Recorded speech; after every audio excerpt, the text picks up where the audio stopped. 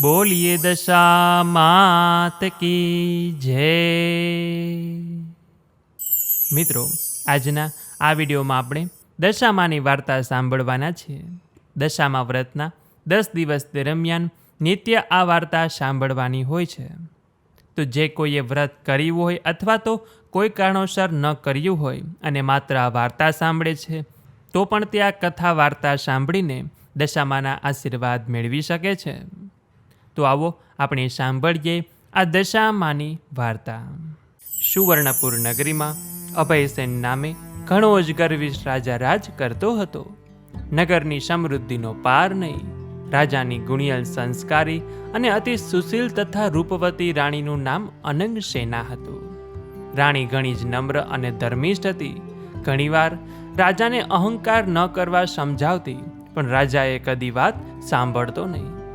એક દિવસની વાત છે.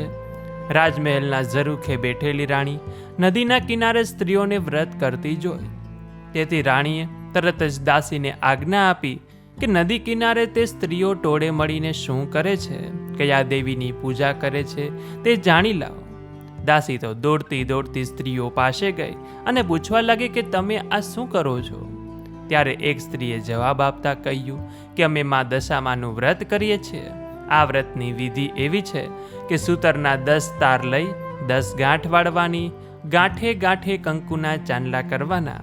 ત્યારબાદ ક્યારે વ્રત કરવાનું, કેવી રીતે કરવાનું, સર્વે વિગતવાર વ્રતની માહિતી આપી. દાસીએ મહેલમાં આવીને રાણીને બધી વાત કરી. ધાર્મિક સ્વભાવની રાણીને પણ આ વ્રત કરવાની ઈચ્છા થઈ અને મનથી વ્રત કરવાનું નક્કી કર્યું. એણે રાજાને આ વાત જણાવી તો અહંકારી રાજાએ ના પાડી દીધી કે આ વ્રત તો ગરીબ ગુરખા માટે છે. મારે તો ઘણી સાહેબી છે, ધન દોલત, નોકર ચાકર, બાગ બગીચા, રાજપાટ બધું છે, તો પછી આ વ્રત કરવાની જરૂર શું છે? રાજાના આવા અભિમાન ભર્યા વચન સાંભળી રાણીનું તો દિલ દુભાયું. એ જાણતી હતી કે ગમે તેવી સમજાવટ કરવા છતાં અભિમાની રાજા એકનો બે થશે નહીં. રાજાએ અહંકાર, ગર્વ અને અભિમાનમાં ચકચૂર થઈને દશામાના વ્રતનું અપમાન કર્યું. તેથી દશામાના ક્રોધનો પાર રહ્યો નહીં. બીજે જ દિવસે પડોશી રાજા લશ્કર સાથે ચડી આવ્યો અને આવા અણધાર્યા હુમલાથી રાજા અભયસિંહ ગભરાયો અને જીવ બચાવવા માટે રાણી અને બંને કુંવરોને લઈ જંગલના રસ્તે ભાગી ગયો. રાણી અનંગસેનમાં મનમાં સમજે છે કે પોતાના પતિએ કરેલ દશામાના વ્રતના અપમાનથી આજે આપણી આ દશા થઈ છે. ઘોર જંગલમાં રાજા રાણી ચાલ્યા જાય છે. દુઃખ થાકનો પાર નથી. કુંવરો તરસ્યા છે અને એટલામાં એક વાવ આવે છે. રાજા પાણી લેવા માટે વાવમાં ઉતર્યો તો દશામાએ અદૃશ્ય રહીને બંને કુંવરોને ખેંચી લીધા. કુંવરોને અદૃશ્ય થઈ ગયેલા જોઈ રાજા રાણી વિલાપ કરવા લાગ્યા. રાજા પણ મનમાં સમજી ગયો કે નક્કી આ દશામાનો કોપ છે.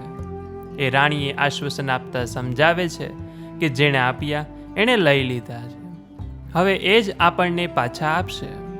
રુદન કરતી રાણીને સમજાવતો રાજા આગળ ચાલ્યો અને હવે થાકના લીધે બંનેથી ચલાતું પણ નથી. રસ્તામાં એક વાડી આવે છે. રાજાને થયું કે હાશ, 2 ઘડી વિસામો તો મળશે. પણ રાજાએ વાડીમાં જેવો પગ મૂક્યા તો ખીલેલા ફૂલો કરમાઈ ગયા. વાડીનો માળી પણ વિચાર કરવા લાગ્યો કે નક્કી આ માણસ પાપી પગલાનો છે. તેથી માળી લાકડી લઈને રાજા રાણીને મારવા દોડ્યો. રાજા રાણી ત્યાંથી માંડ માંડ બચીને ભાગ્યા અને જીવતી હતાશ થઈ ભિખારી જેવી હાલતમાં બંને એક નગરમાં આવ્યા. એ નગર રાજાની બહેનનું હતું. રાજાને આશા હતી કે બહેન જરૂર આશરો આપશે. એણે પાદરેથી પોતાની બહેનને સંદેશો મોકલ્યો કે તેનો ભાઈ આવ્યો છે. બહેને પોતાના ભાઈને એક ગાગરમાં સુખડી મોકલાવી અને સાથે સોનાની સાંકળી પણ મૂકી. સોનાની ગાગર પિત્તળની બની ગઈ, સુખડી ઈંટના કટકા બની ગઈ અને સોનાની સાંકળીના બદલે ફૂફાડા મારતો કાળો નાગ નીકળ્યો. રાજા વિચાર કરે છે કે મારી સગી બહેન મને મારી નાખવા આવું ન કરે. નક્કી આ પણ દશામાના કોપને કારણે જ થયું છે. આવો વિચાર કરી રાજાએ ગાગર ત્યાં જ દાટી દીધી અને રાણીને લઈને આગળ ચાલ્યો. ચાલતા ચાલતા એક નદી આવી. નદીના કાંઠે ચીબડાની વાડી છે. રાજા બે હાથ જોડીને વાડાના માલિકને કરગરવા લાગ્યો કે ભાઈ 7 દિવસના ભૂખ્યા છીએ, દયા કરીને એક ચીબડું આપ. ખેડૂતે દયા કરીને એક ચીબડું આપ્યું. રાજાએ નક્કી કર્યું કે આગળ જઈને થોડો વિશ્રામ કર્યા પછી ચીબડું ખાશું અને ભૂખ મટાડશું. પૂર્વે બન્યું એવું કે ગામના રાજાનો કુંવર 2 દિવસ પહેલા રિસાઈને ભાગી ગયો હતો અને તેનો એક સિપાઈ કુંવરની શોધમાં નીકળ્યો હતો. દશામાના કોપના કારણે રાજાના હાથમાં જે ચીબડું હતું એ કુંવરનું માથું બની ગયું અને એ માથા પર સિપાઈની નજર પડતા રાજાને પકડી લઈ તેને નગરમાં લઈ ગયા. નગરના રાજાને બધી વાત કરી અને રાજાએ પોતાના કુંવરની હત્યા કરવા બદલ અભયસેનને કાળકોટડીમાં હુકમ કરી બંદીખાનામાં નાખી દીધો. રાજા વગર વાકે કેદ થયો, તેથી રાણી અનંગસેના પર દુઃખનો પહાડ તૂટી પડ્યો. એ રોજ જંગલમાં જતી, લાકડાનો ભારો લઈ આવતી, વેચીને જે પૈસા મળે એમાંથી પેટનો ખાડો પૂરે. આમ દિવસો પસાર થવા લાગ્યા. અષાઢ મહિનાની અમાસ આવી એટલે તે અમાસના દિવસે રાણીએ દશામાના વ્રત શરૂ કર્યા. દશામા વ્રતના 10 દિવસ નકરડા ઉપવાસ કરી માની ભક્તિ કરી. રાણી અનંગસેનાની અપાર ભક્તિ જોઈ દશામાનો કોપ શમી ગયો. માએ રાણીને આશીર્વાદ આપતા કહ્યું કે કાલે તને તારો પતિ પાછો મળશે. અને એ જ રાત્રે દશામાએ નગરના રાજાને સ્વપ્નમાં જઈ આદેશ આપ્યો કે તે નિર્દોષ માણસને કેદમાં પૂર્યો છે. તારો કુંવર તો તેના મોસાળમાં લીલા લેર કરે છે અને કાલ સવારે પાછો આવી જશે. સવાર પડતા જ દશામાની કૃપાથી કુંવર પાછો આવ્યો અને રાજાએ જાતે જઈને અભયસેનને બંદીખાનામાંથી મુક્ત કરી ક્ષમા માગી. એટલું જ નહીં પણ ખૂબ ધન પણ આપ્યું. રાજા રાણી સુવર્ણપુર આવવા નીકળ્યા. રસ્તામાં બહેનનું નગર આવ્યું. રાજાને પેલી ગાગર સોનાની બની ગઈ હતી. ગાગરમાં સોનાની સાંકળ અને સુખડી હતી અને એટલામાં બહેન પણ આવી. આગ્રહ કરીને ભાઈ ભાભીને ઘેર લઈ ગઈ. 2 દિવસ રોકાઈને રાજા રાણી આગળ ચાલ્યા. રસ્તામાં ફરી તે વાવ આવી. જોયું તો વાવના કાંઠે દશામાં વૃદ્ધ ડોશીનું રૂપ ધારણ કરીને બેઠા છે. બંને કુંવરો પણ ત્યાં બેઠા છે અને રાજા રાણી તરત જ માતાજીને ઓળખી ગયા અને લાકડીની જેમ માના પગમાં પડ્યા.